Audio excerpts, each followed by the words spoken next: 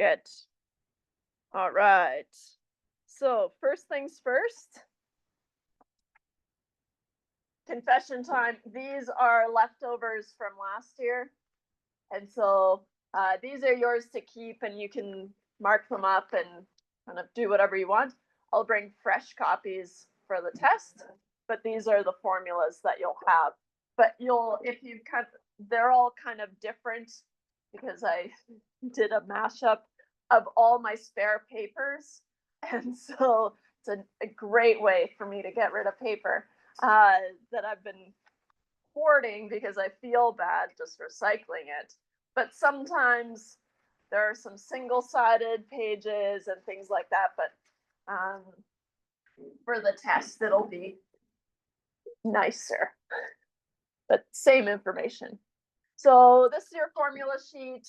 And today we're going to, and before I say that, I did post the formula sheet, the PDF as well, under textbook and other resources.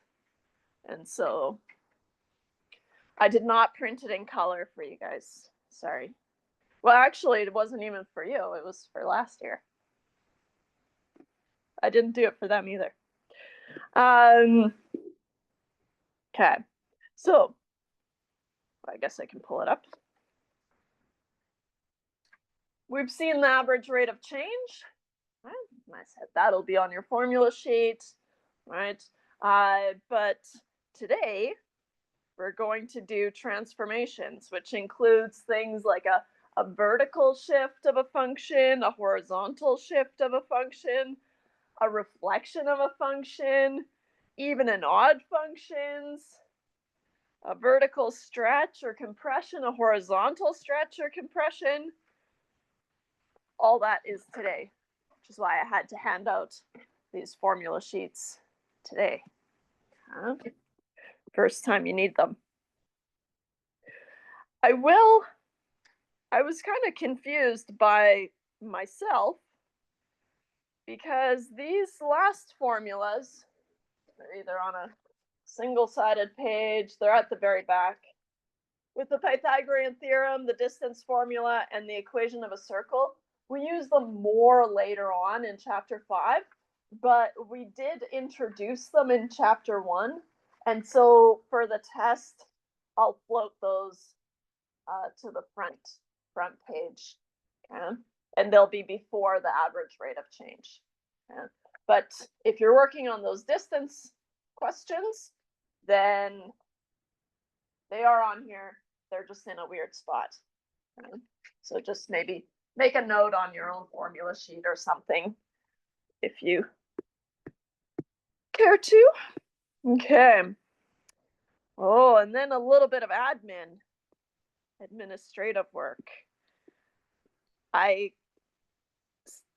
have no clue how, but the section 1.4 assignment was linked to a different assignment that I don't know where to find it. I have to talk to Steve, but I haven't seen Steve today. And so he's in charge of our server, and we moved the server in the summer. So it's we're kind of adjusting, I guess, because I don't know how it happened, but now it should be working. So if you click on it, because it wasn't really working before, I think it was due in 2024, even though I had changed a different one that I can't bring in somehow. I changed the due date to September 29th. If you go to your dashboard, which I think is where most people kind of have their timelines. Of course, these are for a different course, but here it still says September 25th because I can't change it. If someone's marked it done, then I can't change it. So that's okay. You can just pretend or just remember that it's due on the 29th and not the 25th. But good. Any questions about that one? And whoever sent it's not letting me do anything. text. I appreciate it. Okay. So, any questions before we get started? And I remember I owe you at least 10 minutes from last week when I went overtime. Now, do you want those 10 minutes today or on Thursday?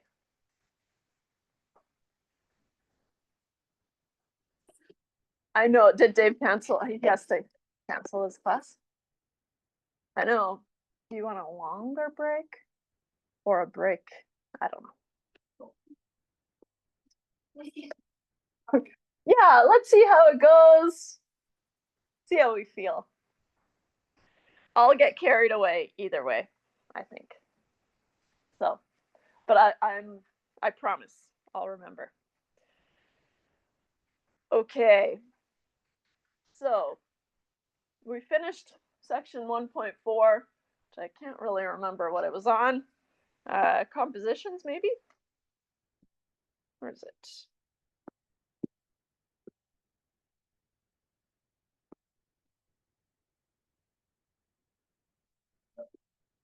Nice. So we talked about function compositions and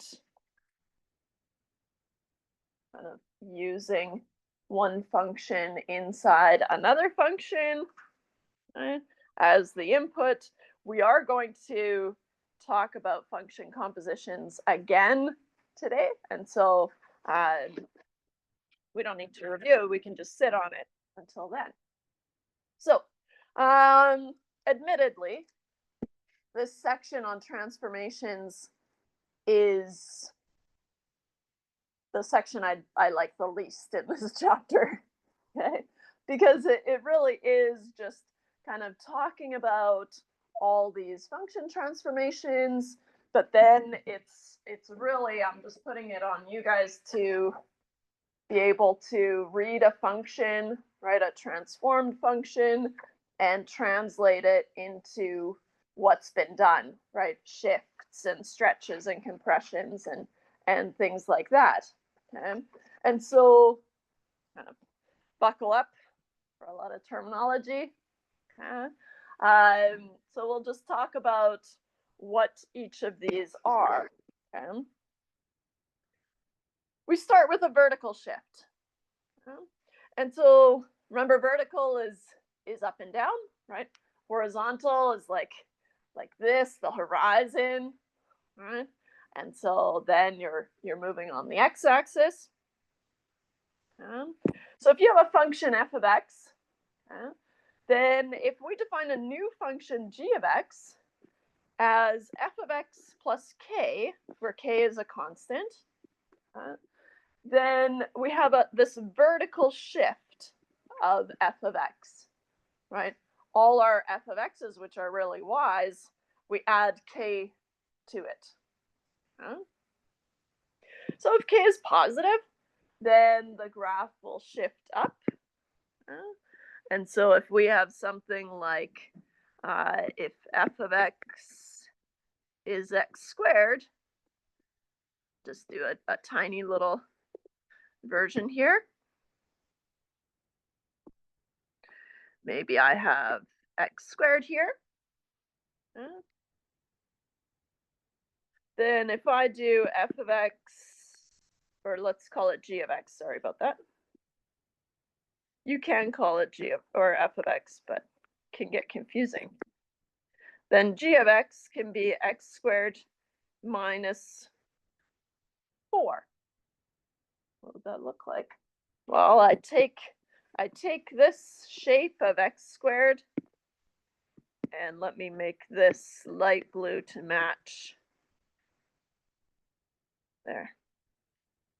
Take this x squared, and I move it down 4 units. So it's going to look the same, but this is x squared minus 4 because this is at negative 4.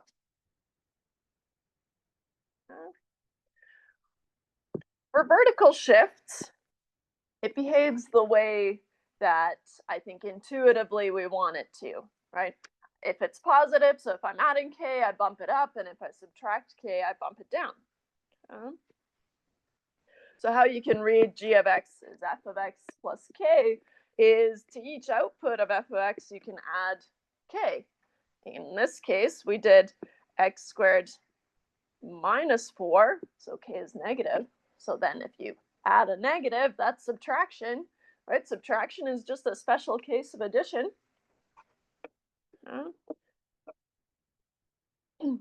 So it behaves the way you want it to. Unlike, in my opinion, the horizontal shift. For me, this one is a little bit counterintuitive. So the horizontal shift, we have a function again, f of x, and notice the difference between these two, right? Here I have f of x plus k, and if you read them, they sound the same, and that's kind of part of the problem too, right? But here we have f of x plus k and bracket. So you want to notice the difference here, right? Versus f of x plus k, which was up and down, right? On your y's, you are manipulating your y's. Now we're manipulating your x's. Right? And remember, so this is why I give you all these definitions on the formula sheet, right? I don't want you to memorize these. I just need you to be able to look at a function that's been transformed and explain to me what's been done in the correct order. Okay, that's as far as we're doing this. Usually we're supposed to graph these by hand. I think that's a huge waste of our time, so we're not doing that. We're not doing that, and I get to decide, so, because I write the test. So isn't that nice for me and you? I think in this case, sketching graphs is kind of annoying if you've done it before. So if you have f of x plus k, right? K is a constant again, of course, that'll be true for all of these. Then g of x is a horizontal shift, right? Which you can kind of remember because it's manipulating your x's. Now the thing is, if k is positive, right? So if I have x plus 3, for example, then the graph is going to shift to the left, which in my opinion feels a little counterintuitive. Right? And so if we have something like, I'll highlight these, k is positive, it's going to shift left, and if k is negative, it's going to shift right. So if you have, let's say g of x is x plus 3 squared. Well, let's talk about what my f of x function must be.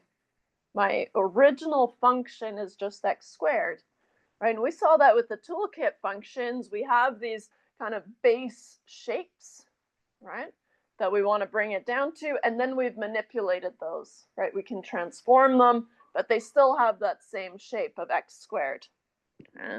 And so here, I'll just make a note, then f of x, the original function must be x squared. I'll clean up that square.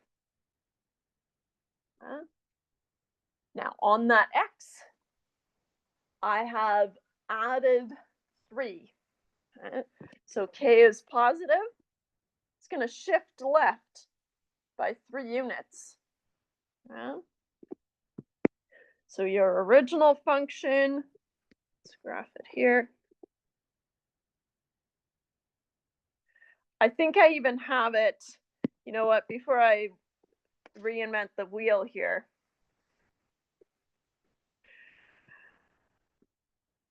I have it written out already. Just a second. I'm going to take you down here. If k is positive, then we have something like g of x is x plus 3 then squared. Yeah. We shift it to the left. Yeah.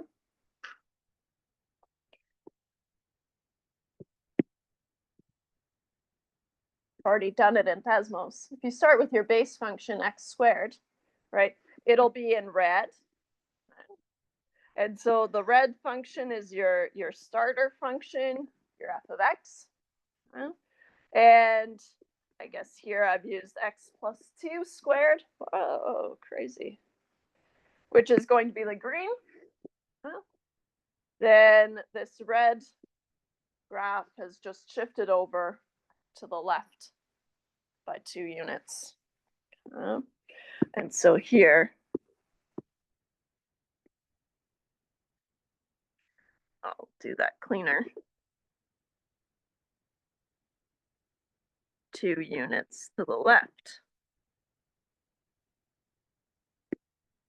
Whereas x minus 2 squared, right, x minus 2, then I shift it 2 units to the right.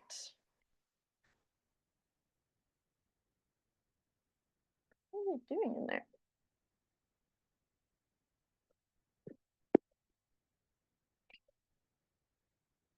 It sounds like back when there were chalkboards, you had to clean the brushes. I really don't think that's what they're doing, though.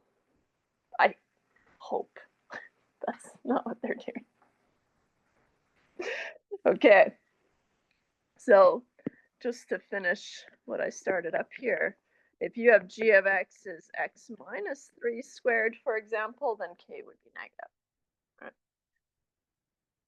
Luckily, it's on your formula sheet, right? But you just need to be able to translate it into words, right? If I give you a transformed function, tell me what's happened to it.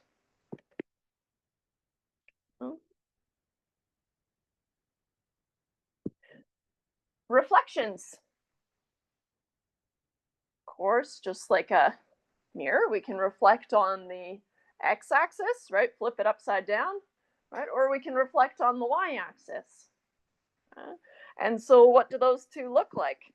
So if we have a function f of x, if g of x is negative f of x, right? So the negative is on the outside of the entire function, which is really negating your y's. If you had to guess, don't read this part with bold and stuff. But if you had to guess, right, thinking about f of x as a y, if I'm turning all my y's into negative y's, right, then it just flips it on the x-axis, right, flips it upside down, okay, which is exactly what it does. So vertical reflection, which is really a reflection about the x-axis.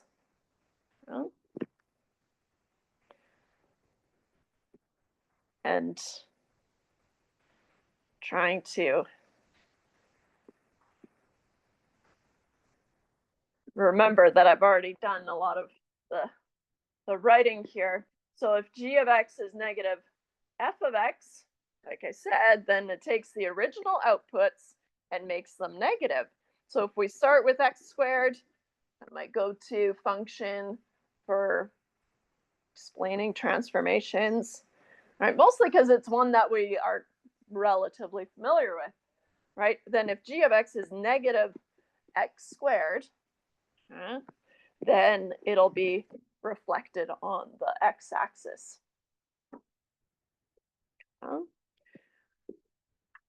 So here, this is on the outside of your f of x versus here, this, if you have a negative on your x now, then okay, all my positive x's are going to become negative x's, and my negative x's, a negative of a negative makes a positive, right? And so now we're doing a horizontal reflection, right?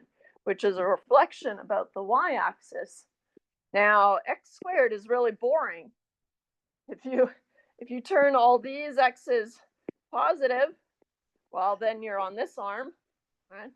If you turn this arm negative, sorry, turn these negative, turn these negative, then you end up in the same with the same graph. It's just the arms have swapped technically, right? But visually it doesn't change anything. So if we look at something like x to the 3, which is that woo function, all right, x to the 3, I think I did woo, not woo. Gotta get my noises straight. The red function is the original x to the 3.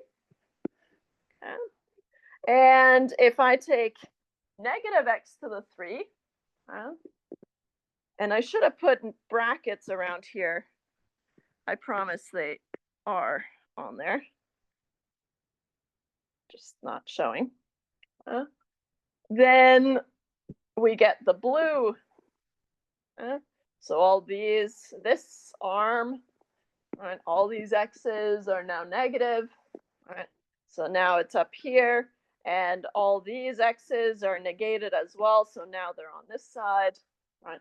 That's just flipped on the y-axis.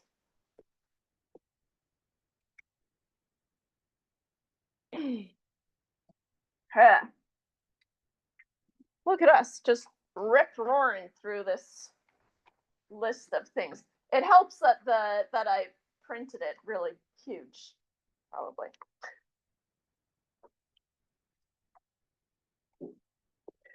Then you can see it.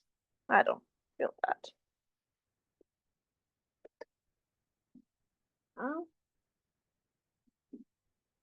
We have what's called even and odd functions. And they are related to the powers, but just in general, we can talk about, and I should say, an even power makes an even function, and an odd power makes an odd function. Okay?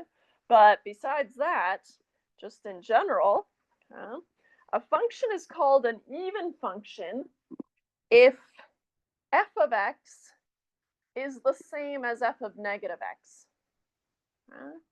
And so remember x squared, right? Even power.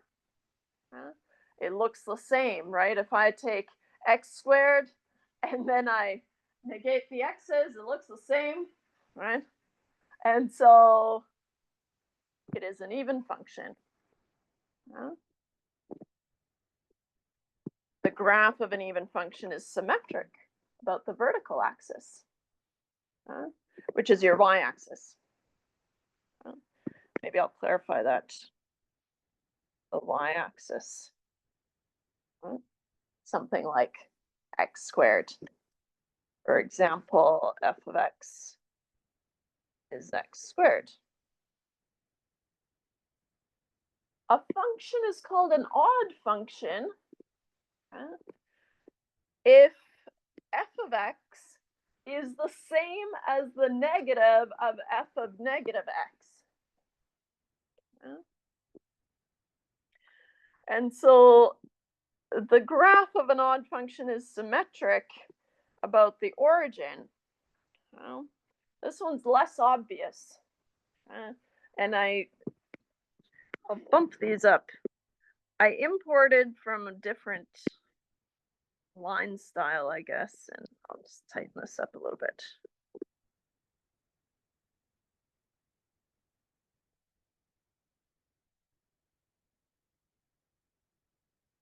So one of the things I might ask you is whether a function is even or odd.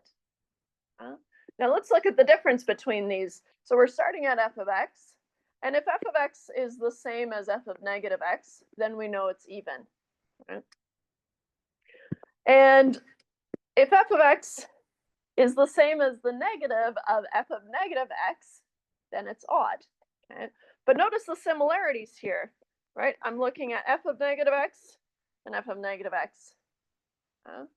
So really what I'm going to do to see if I have an even or an odd function is I'm going to look at f of negative x, and if I simplify, right, and I end up back at f of x, then it's even. Think about x squared. If I take negative x squared, it just becomes x squared, right? And so then it's even. Huh? Whereas, and notice how I excluded this outside negative, right?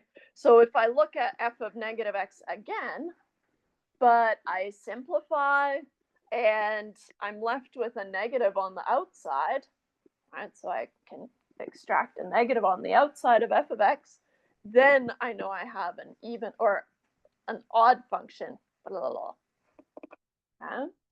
And so what we do is to see if a function is even or odd, we use negative x as the input and then simplify. If the result is f of x, then it's even. And if the result is negative f of x, then it is odd.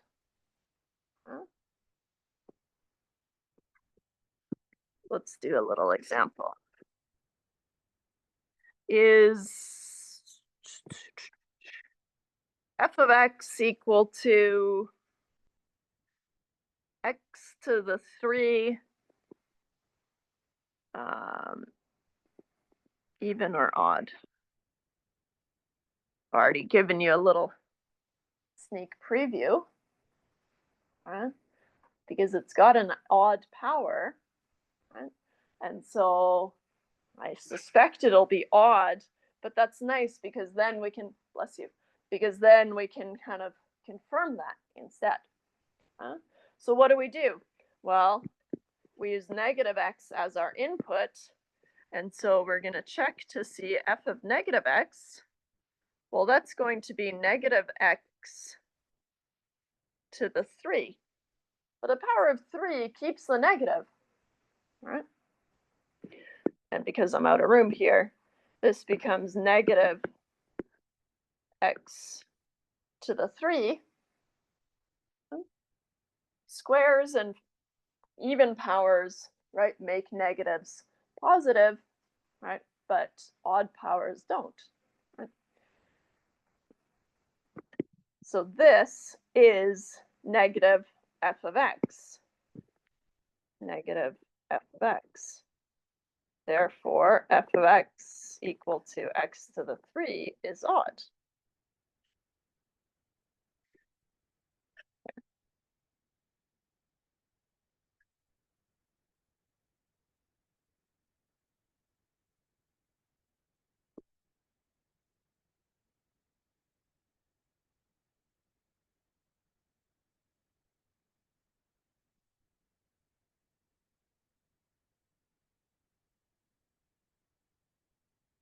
Any questions so far?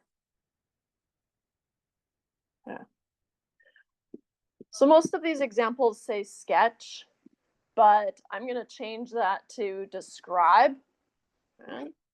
And so, because that'll be my focus, I don't want you to sketch stuff on the test, but I do want you to describe each transformation. And then what we can do is we can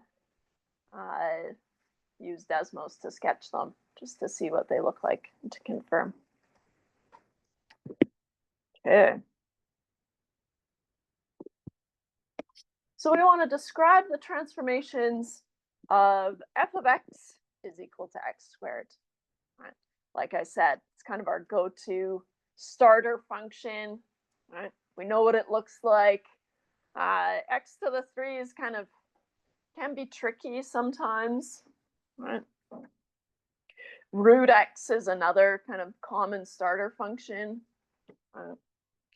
So x squared. So f of x is x squared. And if we have f of x plus 2, the first thing I'm going to do is, and I'll use a color here, f of x plus 2. Well, what does that become in terms of my f of x is x squared? Well, wherever I see an x, I replace it with x plus 2. Right? So I have x plus 2 squared, right? That would be my transformed function. Because in terms of putting it into Desmos, right, we can put x squared into Desmos, right? But then I don't think there's an easy way. I think you can define functions, but I don't think there's an easy way to just give it f of x plus 2, right? We need to translate it into x plus 2 squared, which is part of the job. Now, going to your formula sheet, right? You want to find, okay, well, what's happened here? This looks like an f of x with the x being manipulated, right? X plus 2. So this is going to be a horizontal shift. A horizontal shift.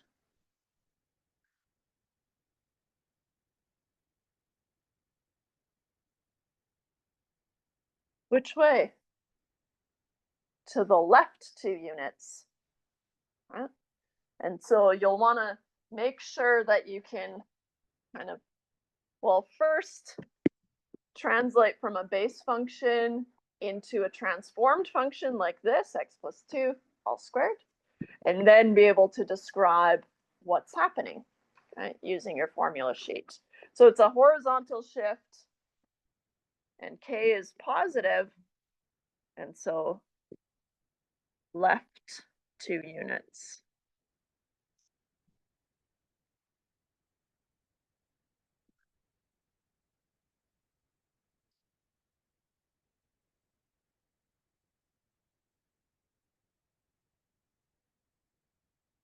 About f of x, then minus 3.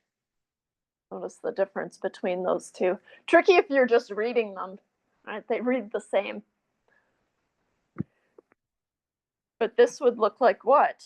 F of x is x squared, then minus 3. So then you get x squared minus 3. Translating that from your formula sheet, right? This is a vertical shift. Oops. There's so many undos. It's a vertical shift down 3 units.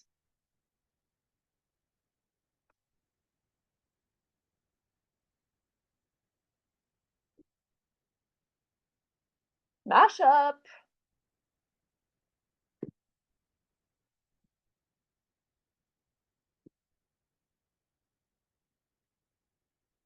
F of x minus 3, then plus 1. Notice how we read that. Okay. And so f of x minus 3, then plus 1 is going to look like what? First thing you have to do is use x minus 3 as your input into f of x, and then you can add 1. In general, you're going to start always at the very, very inside of your x. And so in terms of your transformation, what happens first? First, I shift f of x to the right 3 units. Then I move up 1 unit. And so here, this becomes, did someone just close it? I had it all open like a, cool. Oh. They changed their mind. In x squared, I replace my x with minus 3. And so I have, or sorry, x minus 3 squared plus 1.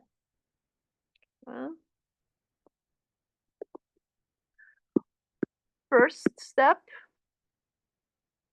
I'll use the same setup. A horizontal shift right 3 units. So this is 1 and then 2. I'll make them match. 1, 2. Then move it up 1 unit. Then vertical shift up 1 unit.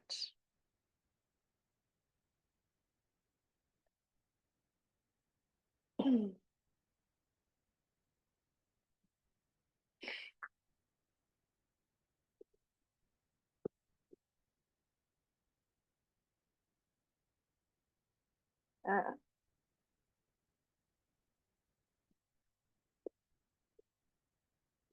let's see. If we start with our x squared, we'll start there. And then we go to x minus 3 squared, right? Just like we said, right? But this is the order that we told it to go. It shifted right by 3 units. That feels good. And then what about x minus 3 squared plus 1? Up 1 unit.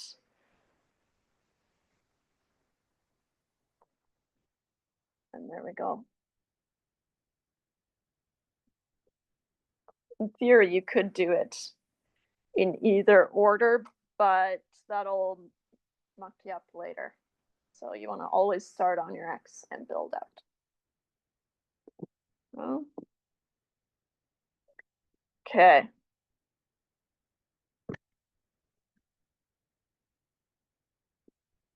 The stretches and compressions, for me at least, feel counterintuitive again.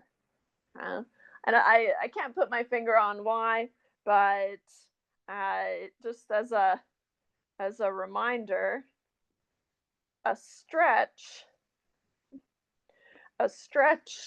is going to be like this, kind of elongated, and a compression will do this, kind of compressing them. That seems reasonable, but what does that do? It makes your graph kind of flatter, right? Whereas the stretching, when I think of stretching, I think of horizontal stretching, right? But it's on the y-axis. And so if I stretch x squared, it becomes tighter. So if you have a vertical stretch or compression, then vertical means that we're manipulating our f of x. And I will mention before we go on to these, I did change the order in the notes just this morning when I posted them. So you've got this example followed by the horizontal stretch and compression, but we need the horizontal stretch and compression to do one of the examples. And so I changed the order of those. I see some printed out notes, that's why I mention it. Yeah, but we're still doing it just in a more reasonable order because we should probably know what a horizontal stretch is before we do it. Okay, so again, keeping an eye on where your f of x is and what is being manipulated. Well, if I have k and a constant, multiplying my y's, right, essentially f of x is y, then g of x is a vertical stretch or compression. Now, if k is greater than 1, then the graph will be stretched, right? Kind of, which I have over here, but let's draw it over here as well. So a stretched graph is stretched like this by k units. However, if k is between 0 and 1, so a fraction, right, or a decimal, 0.8, 0.5, right, 1/2, then the graph will be compressed, which means it's going to be compressed this way, kind of flattened out. Now, what that's going to look like, right?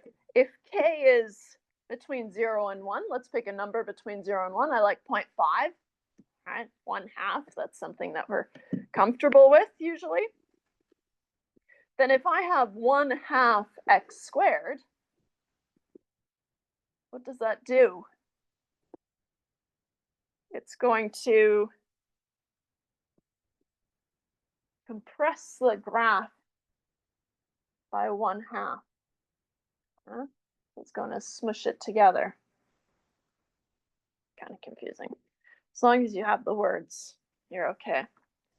Notice that here, so if k is between 0 and 1 or greater than 1, we've ditched the negatives, because then if it's negative, then it's going to be a combination of a vertical stretch or compression with a vertical reflection, right? With that flip on the x-axis. So you kind of keep the negative out of it. Right? Do that last.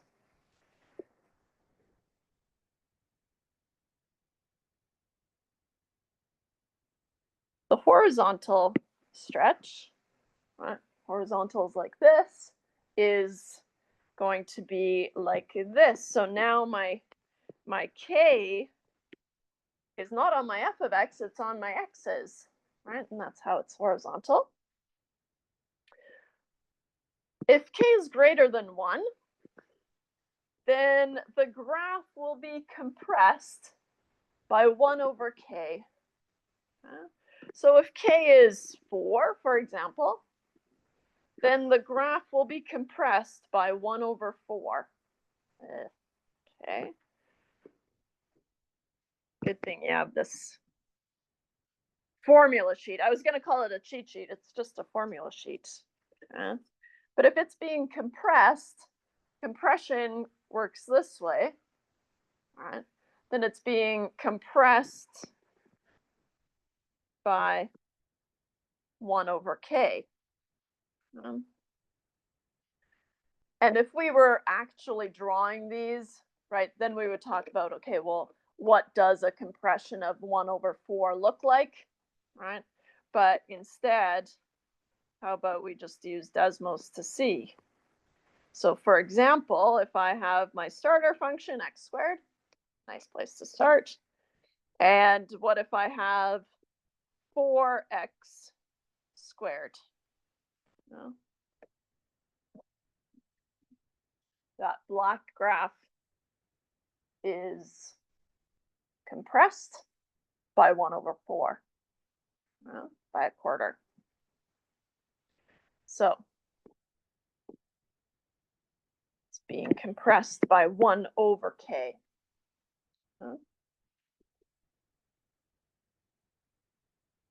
If k is between 0 and 1, so let's say 1/2 again, it's a nice midpoint, then the graph will be stretched by 1 over k.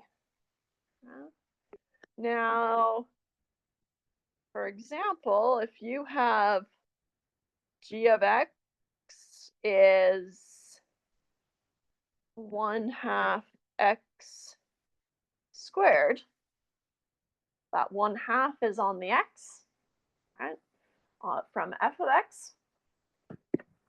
So that means I have this situation here, right? K is 1/2, right? So it's between 0 and 1. Then the graph will be stretched by 1 over k. So here, therefore, k is 1/2, and the stretch will be 1 over 1/2. Let me do it down here. The stretch of g of x equal to 1/2, oops, forgot the x squared is 1 over k, which is 1 over 1/2. Because remember, fractions, it's technically a fraction over a fraction, right? And so what you do is you have to flip the denominator and then multiply it, right? Or just use your calculator, right? If you try, make sure you wrap up the 1/2 in brackets just in case, but if you go 1 over bracket 1 over 2, what do you get? You get 2, right? And that's because 1 is really 1 over 1 times, flip the denominator and multiply. I get 1 times 2 over 1 times 1, which is 2 over 1, which is just 2. Or just use your calculator.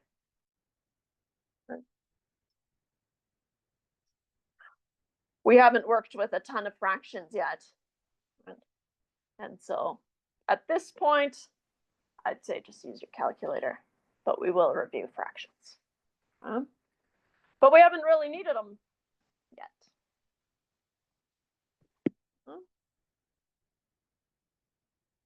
So then if k is between 0 and 1, then we have that special case, right, where we just need to simplify 1 over k. And again, if k is negative, right, then it does the horizontal stretch or compression, but it also does a horizontal reflection.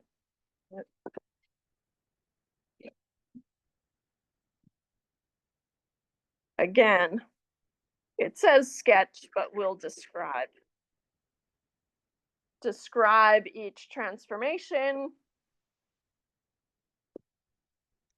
of the basic quadratic f of x equals x squared. Same as we did before, right? Negative f of x, well, I need to translate that into a function that I can use. So let's do that here. Negative f of x, if f of x is x squared, that's really going to look like negative x squared. Right, my x squared is on its own, but then I negate it. Right, this is going to be a vertical reflection. Right, you can confirm. Right, and the reflection, as soon as you see a negative, it's going to be a reflection. Right, either on the y-axis or on the x-axis. And so a vertical reflection goes from up to down or down to up. Right? And so here, this is going to be a vertical reflection.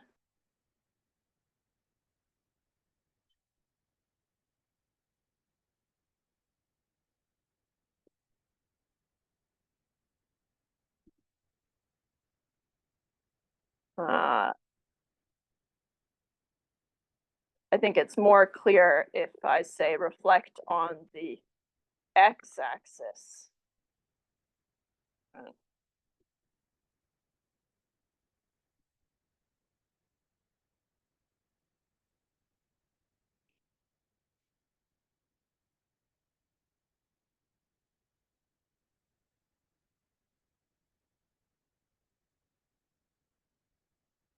If I have 2 times f of x, right, and I try to map what's happening to f of x to my formula sheet, 2 times f of x, well, what's that going to look like? It's going to look like 2 times x squared. And so that 2 is on my f of x, right? And so if you kind of scan around, right? Now I'm multiplying, which is on the second page. And it looks to me like this looks like this guy here, right? K times f of x. So then what we want to do is look at k. Is k greater than 1 or is it between 0 and 1? Right? In this case, k is 2. Right? And so k is greater than 1. If k, I see or I feel like it should explain by how much.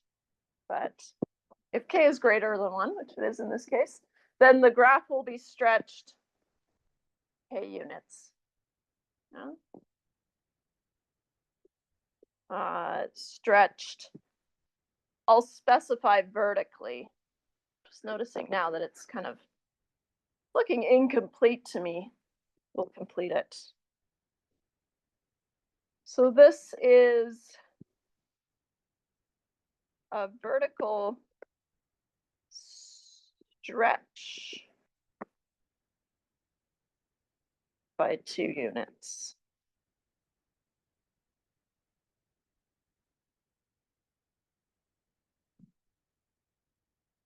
Vertical stretch, a stretch goes like this. And so if we do x squared again, and then we have 2 times x squared brackets, it's the red one, right? It's been stretched out like this.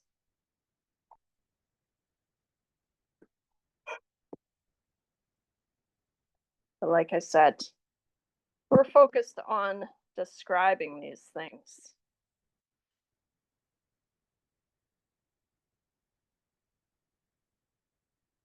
This is why I had to move the order of the example.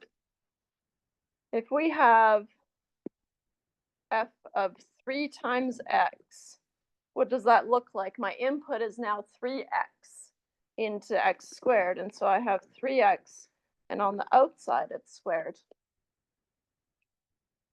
which means that my x is being multiplied by k, right? Which is the same as up here, right? F of k times x. Now, it depends on what k is. K in this case is 3. So k is greater than 1. So the graph will be compressed horizontally by 1 over k. This is a horizontal compression by 1 over 3. I'll clarify since k is equal to 3. Whew.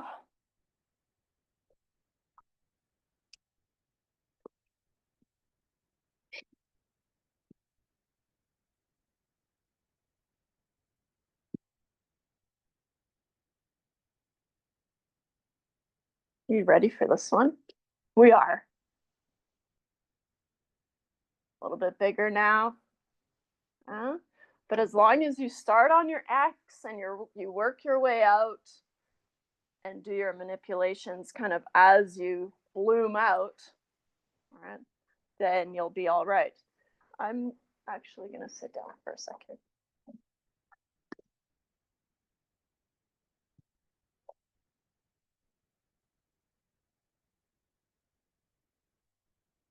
Don't want to faint on you guys. That would be bad. But I won't sit on the floor like it was you set up to do. Okay. So let's see. Which is important to me. Okay. Let's do this big mumba jumba. Negative. Uh-oh. I already know there's a reflection in here, right?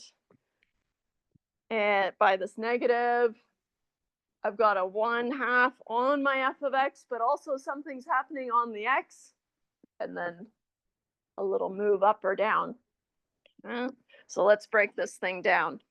first let's write it out in terms of x squared.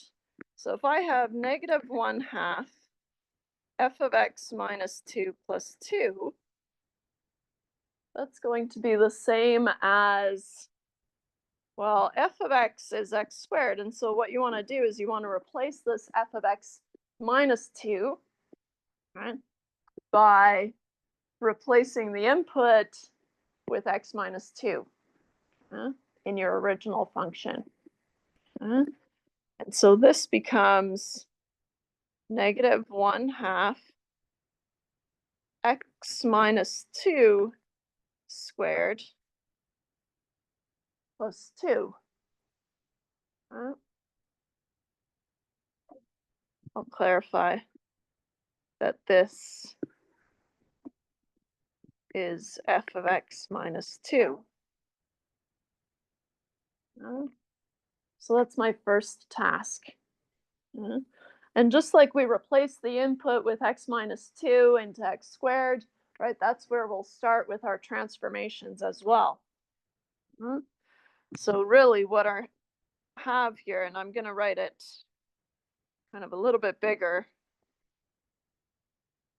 because there are multiple steps to this transformation. Right?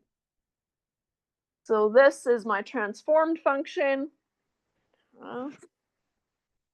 First thing in my transformation is this x minus 2. All right, so from x squared, we always start at the core function, right, or the base function, sometimes I call it, x squared.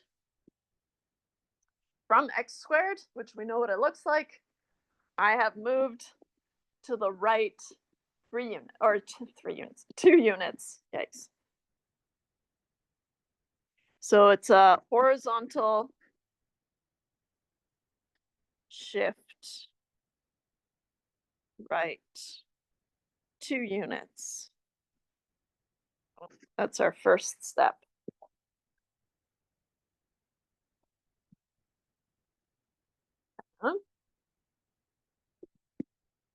This squares from the original function, right? And so you just want to kind of pick away and balloon out from your x. So we've dealt with the x minus 2, and then the x minus 2 squared is really just from the original function. And so the next thing I want to do is deal with this 1/2. Right? This is multiplying my f of x, which is kind of more obvious from the original way that we were given this function.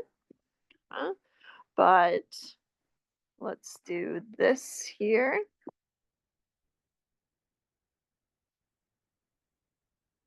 So you want to map that k f of x, right, to your formula sheet and see, okay, well, what does that look like? So we're scanning.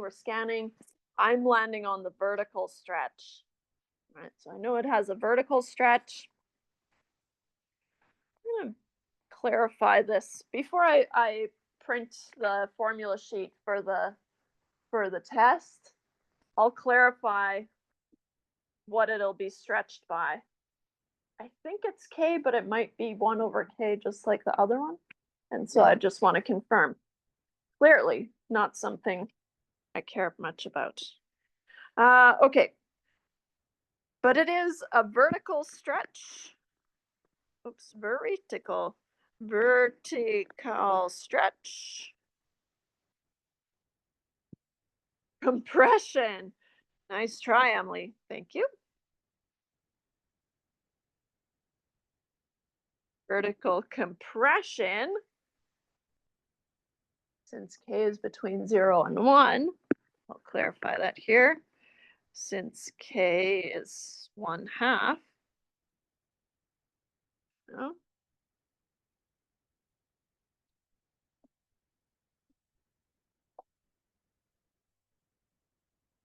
I'm going to say by k by 2 1/2 units.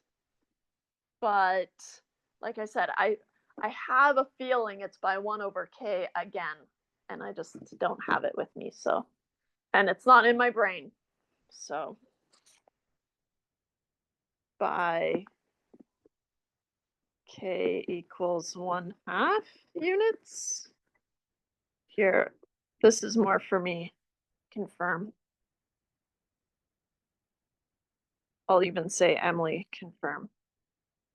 See if I remember. I don't know. But I will clear that up. If it is k, then that's great. If it's 1 over k, right, 1 over 1/2, we saw it.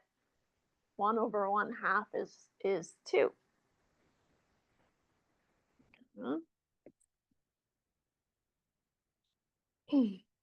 Okay. Notice how we neglected the negative, right? Because once I've done this compression, then I'll do the flip, right? And so I'm building out to the flip, the flip, the flip. Which color can I use? How about green?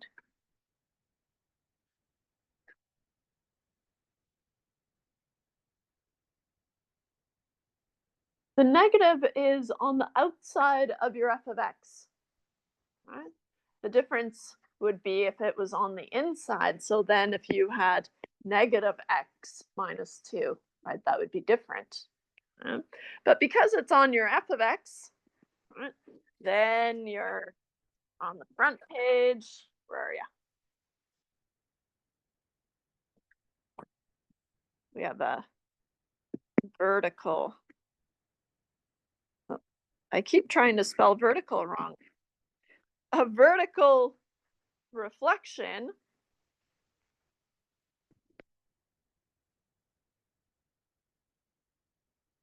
and I'll just clarify here that that means it's about the x-axis, right?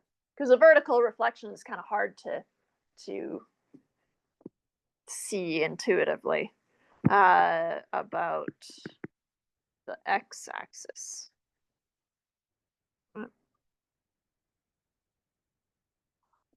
And then finally, we have our last step.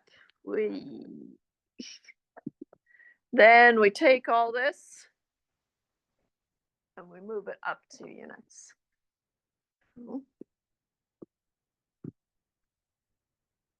Which means that we have a vertical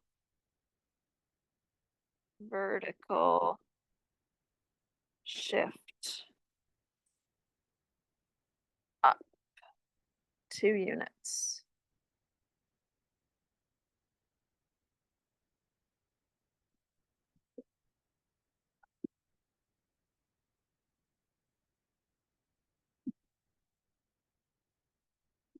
Indeed.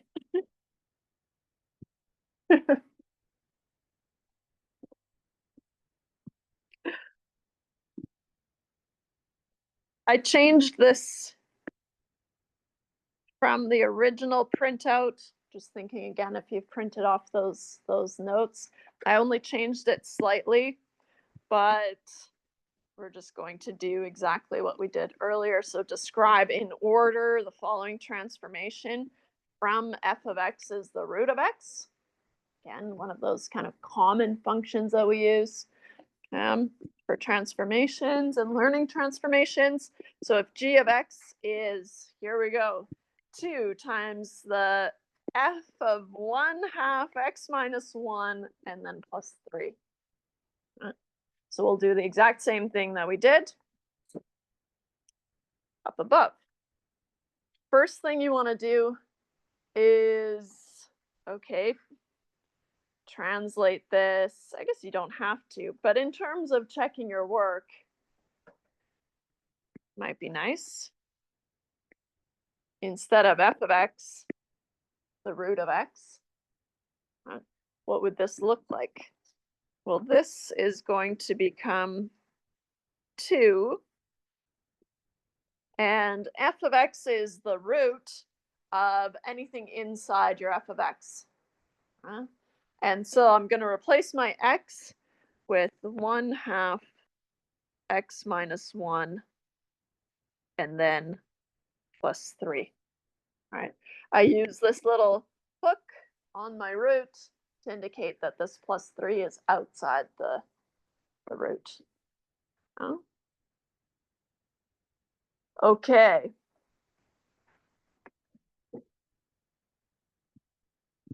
Let's work from this function. So the root of x, what does the root of x look like? Might remember that it looks like this, something like that, root of x. And so we're transforming this thing, right? But we have to start on your x and then build your way out, remembering that the function itself is the root of x. Mm. So starting in here, start with x minus 1. Mm.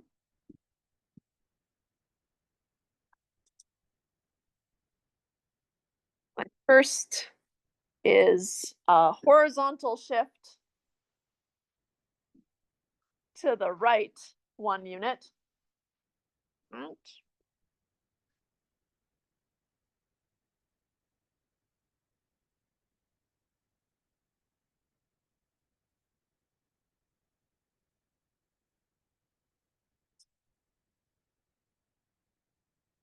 Mm.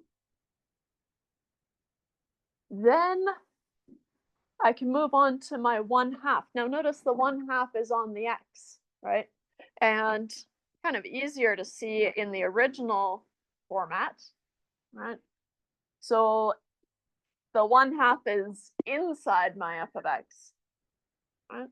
And so that's going to look like f of k times x, which I know is a stretch or compression, but which one?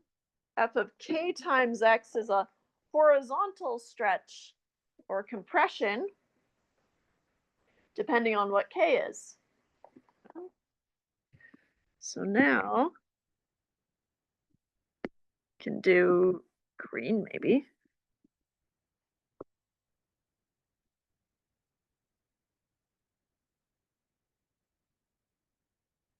This is a horizontal. Which is it? K is 1/2, and so it's a stretch. Horizontal stretch by 1 over 1/2, which is 2.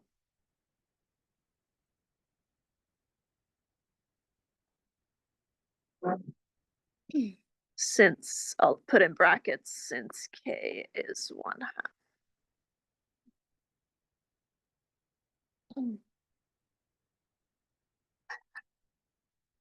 That root is just part of the original f of x. Right? And so that's really just the original shape that we're manipulating. Well, so then moving out further, I have 2 times f of x. 2 times f of x, going to your formula sheet again, looks like k times f of x, which is, well, it depends on k. K is 2, so k is greater than 1, which means it'll be stretched, let's say, by k units again. I'll have to confirm, but I feel like when it doesn't clarify, should be straightforward. It's a vertical stretch.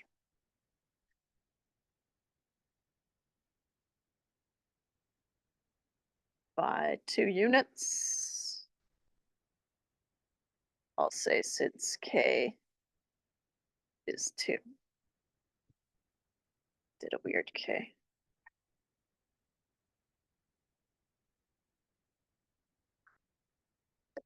And then finally, we move it up 3 units. Ooh.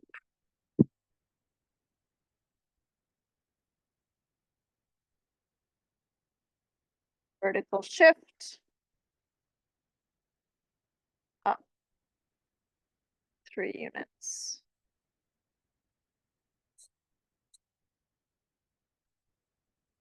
Nice. Oh. Good.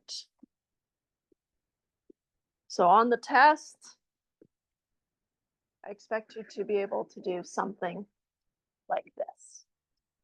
Take it nice and slow. Start on your x and build it out. But I won't make you draw anything. That's crazy. How am I doing? I don't trust that clock anymore. 11, 12. Okay. If I have the root of x, just like we thought, looks like that. And if I go through each of these manipulations, let's see if I can do the split screen. Okay. Tiny, but we'll make it work. Okay. If we apply these transformations step by step, right? If I have the root of x minus 1, then just like we said, it's been shifted. Can't seem to, there's a lot of sharing going on here, the screen. That's okay.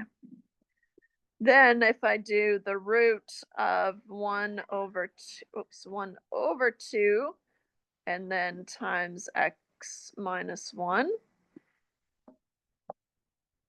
that's what the horizontal stretch would look like. Horizontal stretch goes this way. So it makes sense that it's a little bit flatter. Then my next step was 2 times that, 2 times the root of 1 over 2. Bump that out, x minus 1. Oh, I bumped it too far out. Still need it under the square root, x minus 1. So now this black graph is that vertical stretch. Vertical stretch going this way. And then finally, we have 2 times the root of 1/2. Oh, keeps not catching my fraction. X minus 1, then outside up 3. So now, finally, I get my vertical shift. And I'm going to screenshot this and bring it into our notes. Just so we'll have it.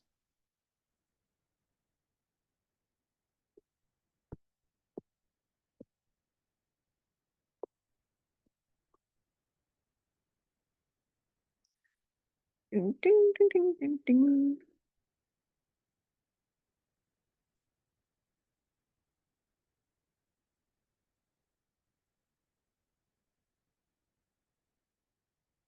Are they allowed to use Desmos?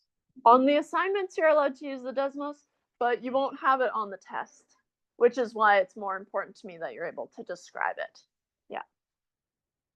But it's nice to see what these things are actually doing. So I like to bring it in. But you won't, yeah, like I said, you won't have Desmos on the tests. But on the assignments, I encourage you to use it. Yeah, try it out. Okay. Nice. That's a good chunk of your formula sheet. Just for one little topic. But it's really just so that you don't have to memorize those things, right? Just recognize them. That's what's important to me. Okay. Any questions before we go into the next and final section of chapter 1? Okay. No, everyone's too excited to get into chapter 1 or get out of chapter 1, I guess. Now, I will say, before we do inverses, I do find that this textbook is a little bit weird. It makes sense. I understand it, but it can be confusing from a student point of view because we do all these kind of complicated things like inverses and function composition. And then in chapter 2, we go back to talking about just lines. even though we've been talking about parabolas and root x and things like that already, right? Then in chapter 2, we settle back down and we talk about just y equals mx plus b, right? And all those kinds of things that we can use lines for. And so that can be kind of like, did I miss something? You didn't. We just kind of take it back to basics, talk about lines. And then we move on to quadratics, which is x to the 2, right? And then we move into exponents and logs, right? Like I said, I understand why he does it like that, because we need all these concepts, right? Function composition, inverses, like we're about to see. But it can feel a little bit jarring. Okay. I thought this example was pretty cute. It's pretty wordy, but it's just kind of explaining a situation. So inverses, I've hinted at inverses before when we talked about, we introduced functions and we talked about one-to-one functions, right? Where if I have a one-to-one function, then each input yields just one output, which is a function, right? But also the special case of the one-to-one function was that each output only maps back to one input. So now I have this kind of two-way street, right? And that's what we'll need for inverses of functions. But to get there and to kind of warm us up, we've got this kind of hilariously out of touch example. A fashion designer is traveling to Milan for a fashion show. He asks his assistant, Betty, what 75 degrees Fahrenheit is in Celsius. After a quick search on Google, she finds this formula where the degrees Celsius is 5/9 times the degrees Fahrenheit minus 32. Using this formula, what does she do? Well, she wants to find 75 degrees Fahrenheit and convert it into Celsius. And so then 75 minus 32 times 5/9 is roughly 24 degrees Celsius. The next day, because this designer doesn't do anything by himself, I guess, the designer sends his assistant the week's weather forecast for Milan and asks her to convert the temperatures to Fahrenheit. Now, of course, what can we do instead? Instead of solving for the Celsius, right, every time, then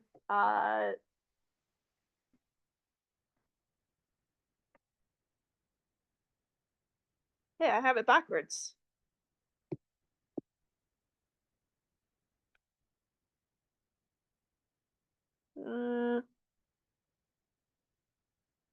I don't see how this would be.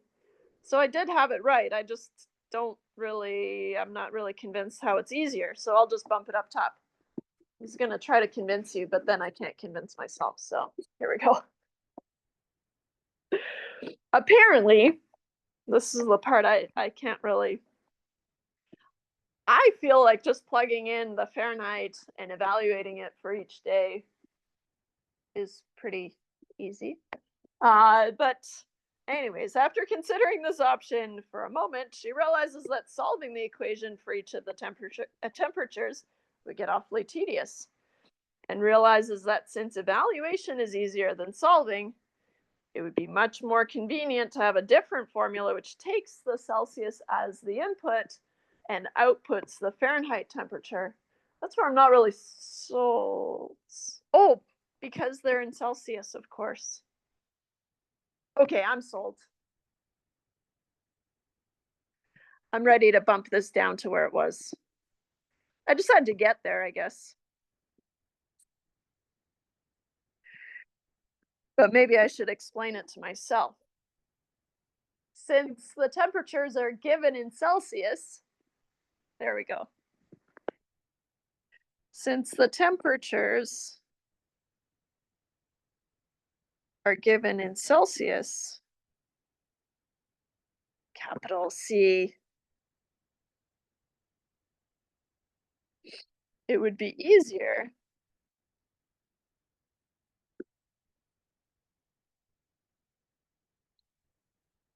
uh, if the function used the Celsius as the input, right, and Fahrenheit as the output. If the function used C as the input and gave F as the output,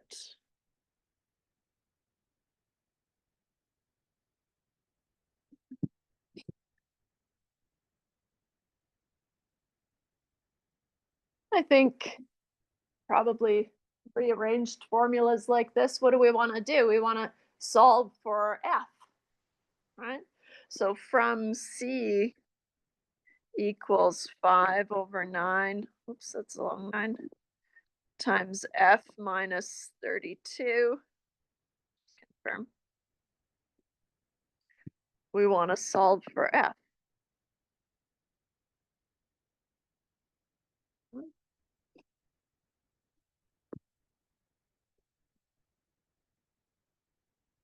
First thing we have to do, right?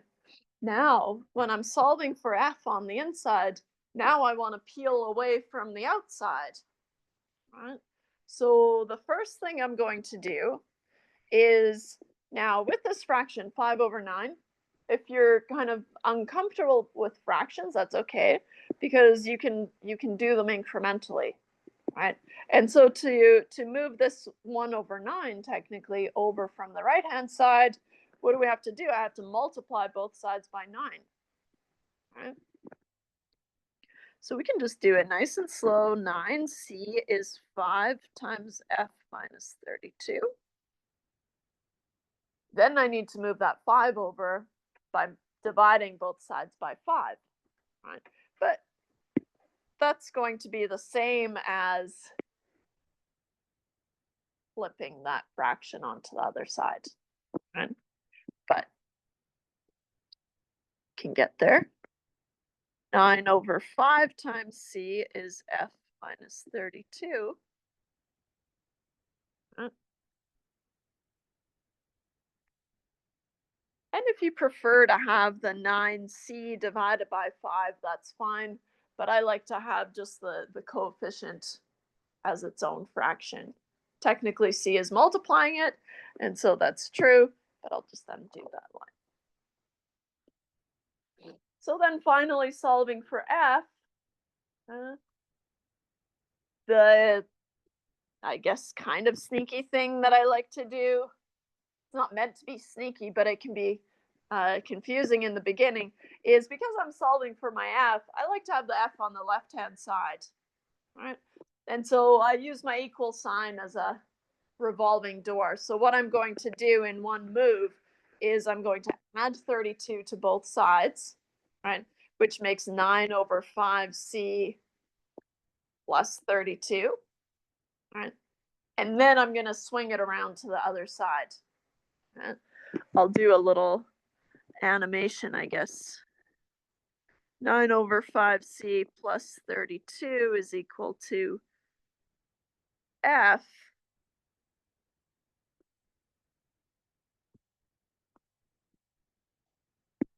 But if I swing this around, and usually I skip writing this step, right? If I swing this around and have f on my left-hand side where I like to have it, then I get 9 over 5c, then plus 32. Right? Making sure you plug in that c times 9 over 5 and then add 32. Right? Be careful with your bed mass. So of course we could actually do all these now, right? Luckily 26 is on here a couple of times, so for example, 26 degrees Celsius is f equals 9 over 5 times 26, and then plus 32. Oops. Use my calculator. What's 9 over 5? 9 over 5 is 1.8 times 26, and then plus 32. I get 78.8 degrees Fahrenheit.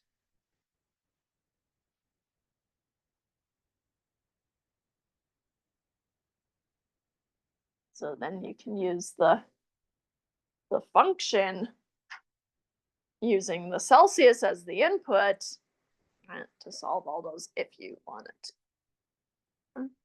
Or just use your phone converter, I guess.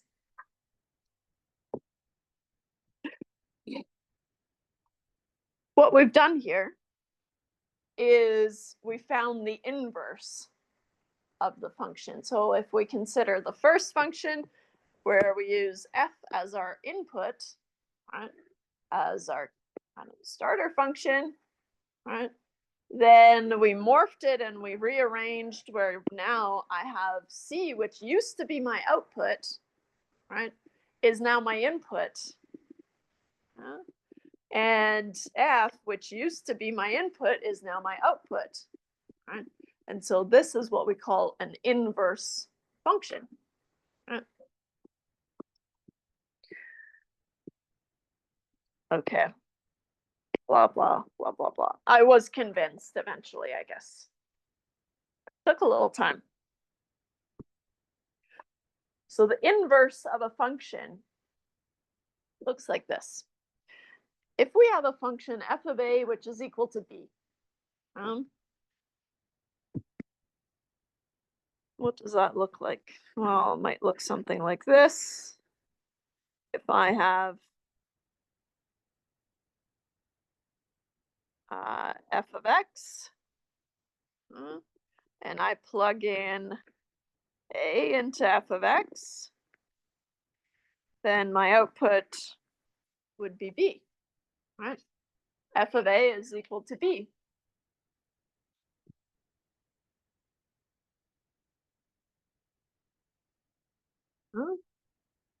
So I can have a function f of x, I plug in a, and the output is b.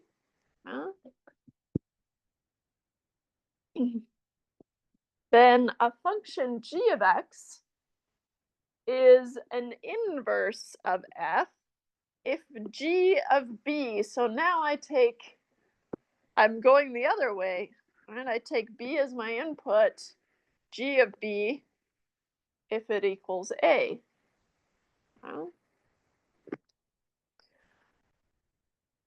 The inverse of f of x is usually notated, I guess it's a word, like this. Okay, so it's usually denoted by f to the negative x, or is -1 of x.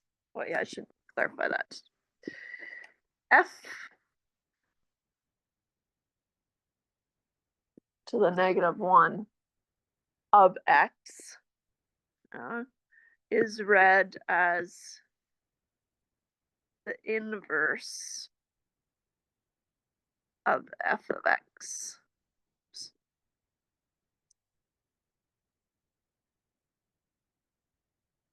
You might remember a power of -1 really just flips your f of x into the denominator, right? But this is different, right? Because versus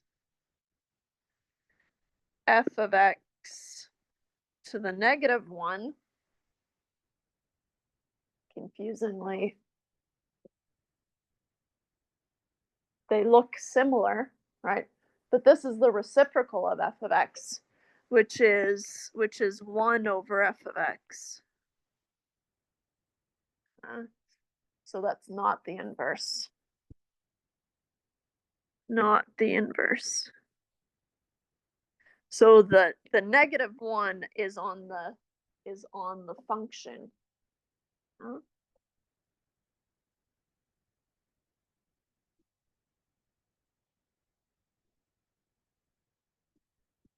I guess they read it as f inverse of x, which is exactly how it appears. I read it as the inverse of f of x, right? Which is, I guess, a little wonky. But if we have f of a, which is equal to b, just like we have here, if I put in a, then I get to b. Then the inverse, right? If I have my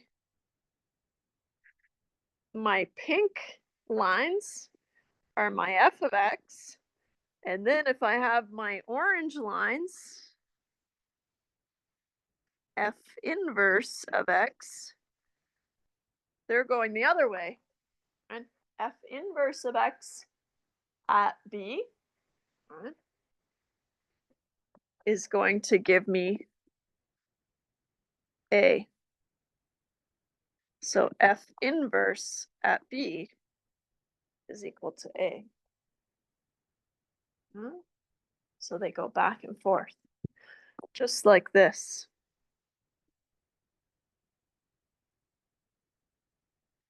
So we had our beans, which I know you might not like,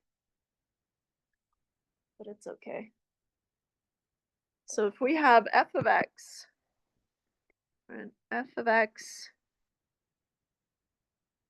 is a one-to-one function, looks like this. F of x takes an input, yields a unique output, and it's one-to-one because I can go the other way as well, right? Then going this way is the inverse of f of x. Which means that if f of x has these inputs, right, or the domain of f of x, we can call it, right? And the range of f of x, now all of a sudden the domain of f inverse of x is the range of f of x. And the range of the inverse is the domain of f of x. This is the domain of f of x, and this is the range of f of x. But this is also the domain of f inverse of x. And I'm doing it kind of tiny because I'm confident that it's in a blurb. So, but I just wanted to highlight it while I was here. Oops. And the domain of f of x is the same as the range of f inverse x.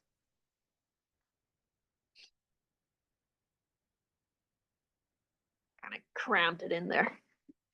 But don't worry, it shows up again. Let's take it back. If f of 3 is equal to 2, then what do we know about the inverse? Well, assuming it's one-to-one, if the input is 3, then the output is 2. If I reverse that, then the input of the inverse must be 2 and the output must be 3. So what do we know? Well, we know that f inverse of 2 must be 3.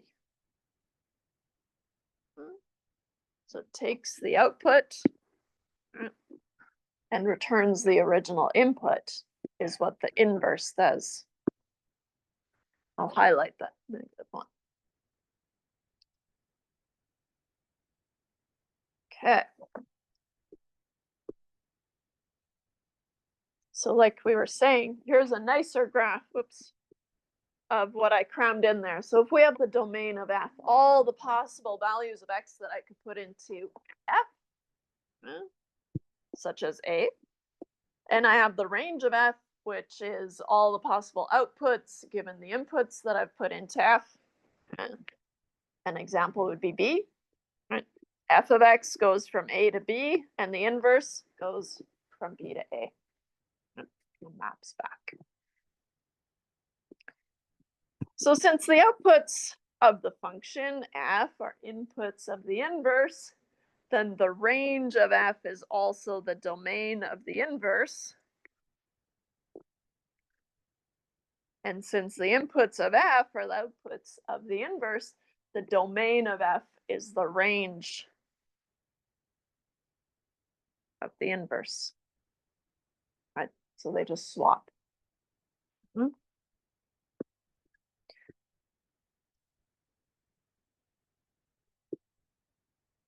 Mm-hmm, mm-hmm, mm-hmm. Mm. I think. I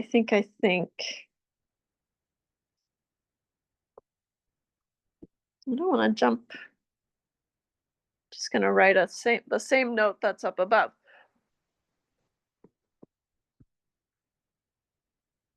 I'll do a recall. To identify a function, right? First, a function has to be a function, and then it has to be one-to-one. And so just to recall these two techniques, right? To determine if a graph is a function,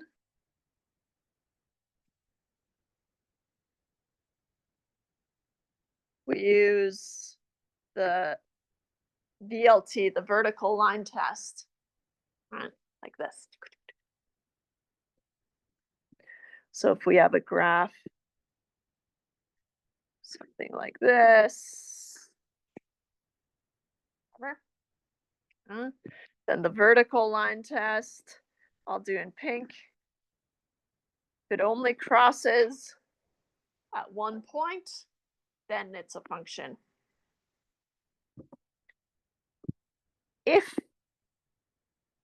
it is a function, which this made up example is, use the horizontal line test, HLT, to see if it's one-to-one.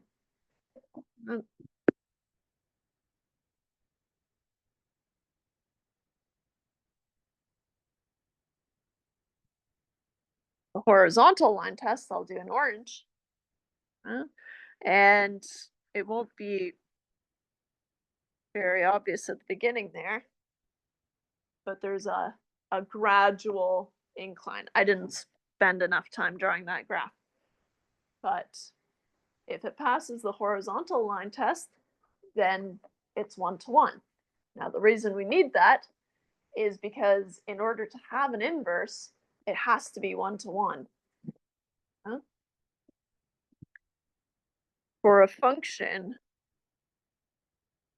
I'll just keep it on the same page. For f of x to have an inverse, f inverse of x, it must be one-to-one. Right? Which you can kind of convince yourself if you think about the domain going to the range, and then from the range to the domain, right? They have to map back and forth cleanly.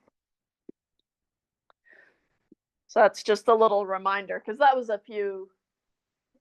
definitely a few classes ago. Might have been not last week, but the week before. So a little bit of time has passed. So the original function and the inverse function undo each other, right? Kind of go back and forth, back and forth. If f of b is equal to a, then the inverse of f of b is a, okay? Returning to the original output. Now, what this means is if you compose, function compositions, if you compose these functions together, then you get the original input as your answer. It looks like this. If I have the inverse, so a function representing the inverse of f of x, and I put in the original function f of a, let's say, then I should get back to a. Because what does this look like? So remember, if f of a is equal to b, right, then this becomes f inverse of b, but f inverse of b is equal to a.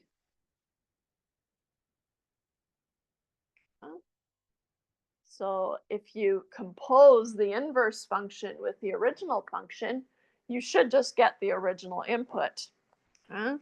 And same thing with the original function. If we replace the f inverse of b, well, f inverse of b is a, and f of a is equal to b.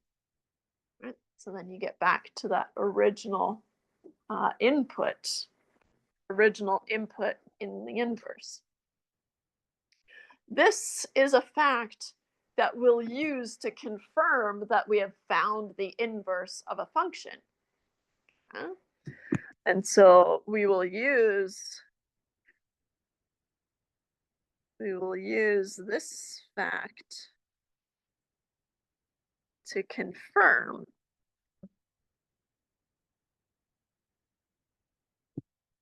maybe I should say the inverse we have found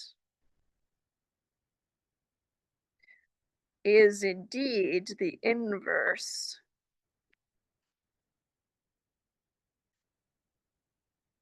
of f of x.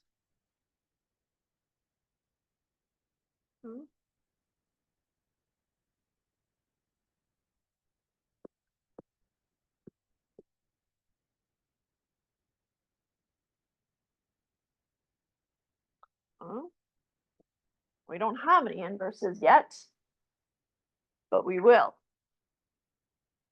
Bump this up a little bit.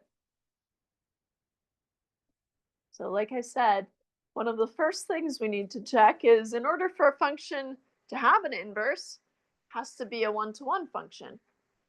We already talked about that, but there it is in green. It's important. And I can't remember. I think I was going to do what I did up here. How do you make sure it's one-to-one? But we can just jump right here. So as an example, f of x is one-to-one. So we're told it's one-to-one. We're not told what the function is. That's okay. It has a domain where x is greater than 2 and a range where y is less than 1.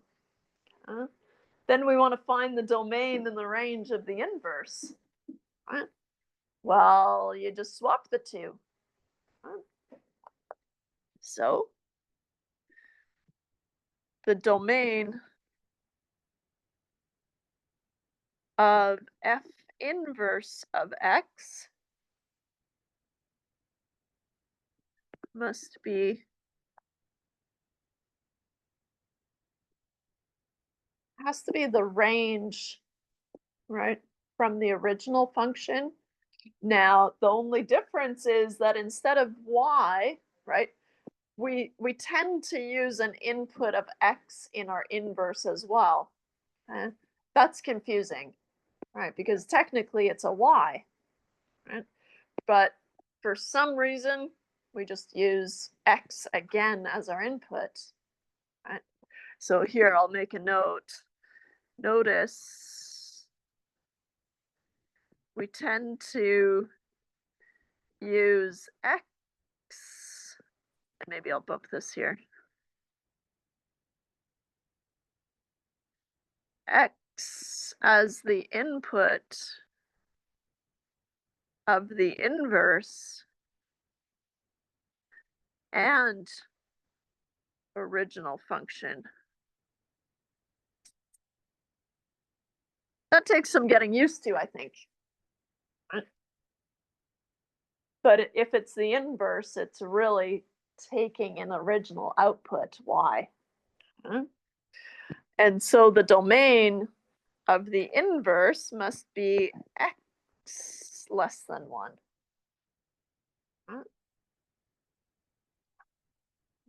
It went from y less than 1, that's my original range, but domain has to do with my x's, right, my inputs. And so you just want to match what the input is here. And then the range of f inverse of x must be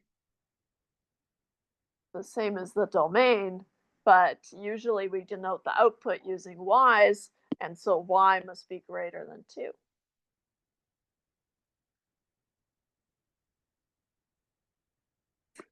I almost did it again. Okay. Let me check. So I'll leave these for us to pick up on Thursday. And I still owe you your overtime, but we'll do it on Thursday. How about? Try these though, right? Same type of scenario. Functions as tables, functions as a graph, and then functions as a numerical function. All right, with that, I release you. See you on Thursday.